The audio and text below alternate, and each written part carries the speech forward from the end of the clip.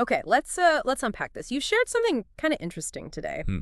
Not the usual report or article. It's a script for learning English. That's right. Yeah, it's for a resource called Learn English, Fast Daily Conversations and Tips. This specific one is an episode called Everyday English, talking about hobbies and free time. Okay, hobbies and free time. And it mentions these 20-minute listening sessions. Yeah, that seems to be the format. Short, focused listening. Yeah. And they say the style is meant to be, natural, conversational, encouraging. Right, like you're just chatting with someone. Sort of, yeah. Think of it like a little blueprint for teaching learners how to talk about a really common topic, what you do for fun. Okay, so for this deep dive, our mission is kind of looking inside that blueprint then. Exactly. What information does the script actually prioritize? What language specifically? And maybe what can we learn from how they approach teaching this? Talking about free time in English, especially, in just 20 minutes. Precisely. How do they try and deliver those key nuggets? We're going to sort of pull apart the choices they made, the structure they used, the specific conversation bits, and the vocabulary they decided to feature. And there's even one grammar tip they really zero in on. So it's a look at how they break down something pretty universal for a language learner. Yeah, how do you teach someone to talk about fun? So how does this script kick off its lesson? Where does it start in that 20 minutes? It starts by basically dropping the listener straight into what they call real-life conversation. Okay. And it's not just random chat. It seems quite carefully put together. An exchange between two characters, Alex and Lena. Alex and Lena. And who are they meant to be?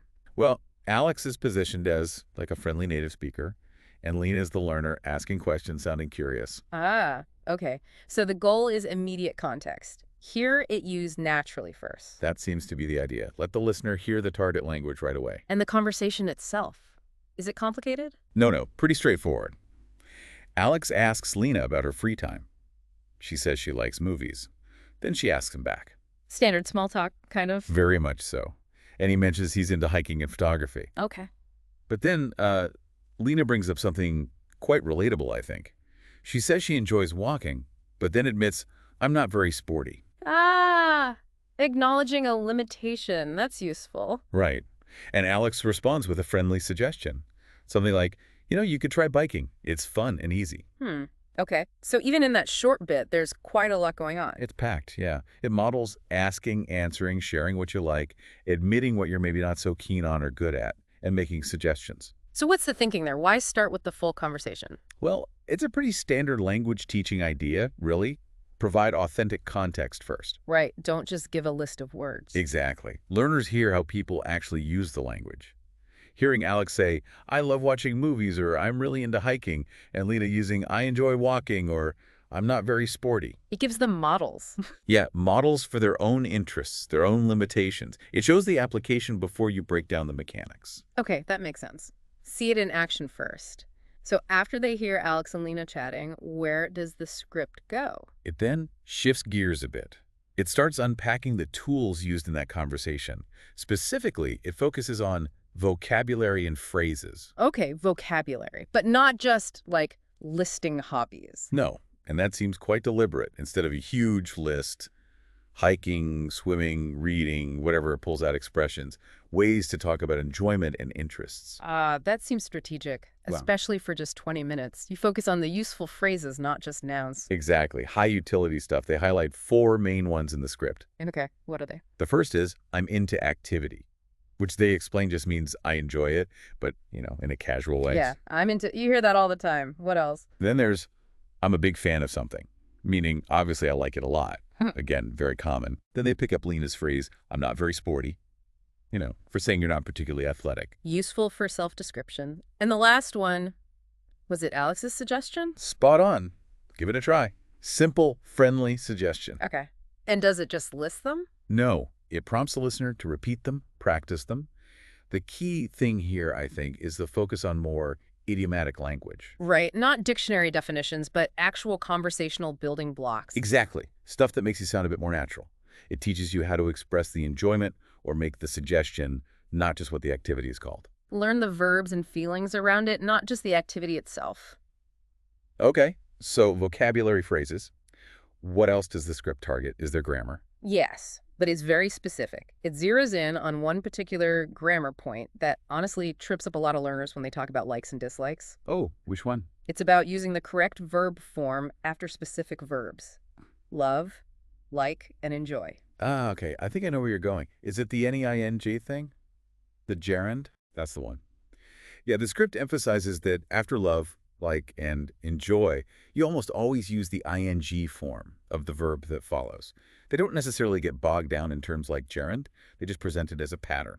Simple rule Yeah. for those specific verbs, and they give examples. Absolutely. Clear ones. I enjoy swimming. That's correct. I enjoy to swim. That's flagged as incorrect based on this rule for these verbs. Okay, direct comparison. Yeah, and they even include a little mini quiz thing, asking the listener to choose, I like reading, or I like to reading, to immediately kind of test if you've grasped the pattern. Quick reinforcement, but why focus on that specific grammar point? There are tons of grammar rules. Well, it's super relevant, isn't it? Ugh. If we're talking about hobbies and free time, you're constantly using I like, I enjoy, I love. True, yeah, it comes up constantly in that context. And it's a pattern that's mostly consistent for those verbs in that context. Mm-hmm. It's teachable as a clear rule, which is great for a short lesson. Yeah. By isolating just that one common challenge, they keep it focused, manageable in 20 minutes. Right. Don't overwhelm the learner. Okay, so context, conversation, key phrases, one target and grammar rule. How does it finish up? How does the script wrap things up? It then moves into practice, active practice. Well, makes sense. It encourages the listener, use what you've just learned. Imagine answering, what do you do for fun? Hey. Using those phrases like, I'm into, or I enjoy. Put it into action in your head, at least. Yeah.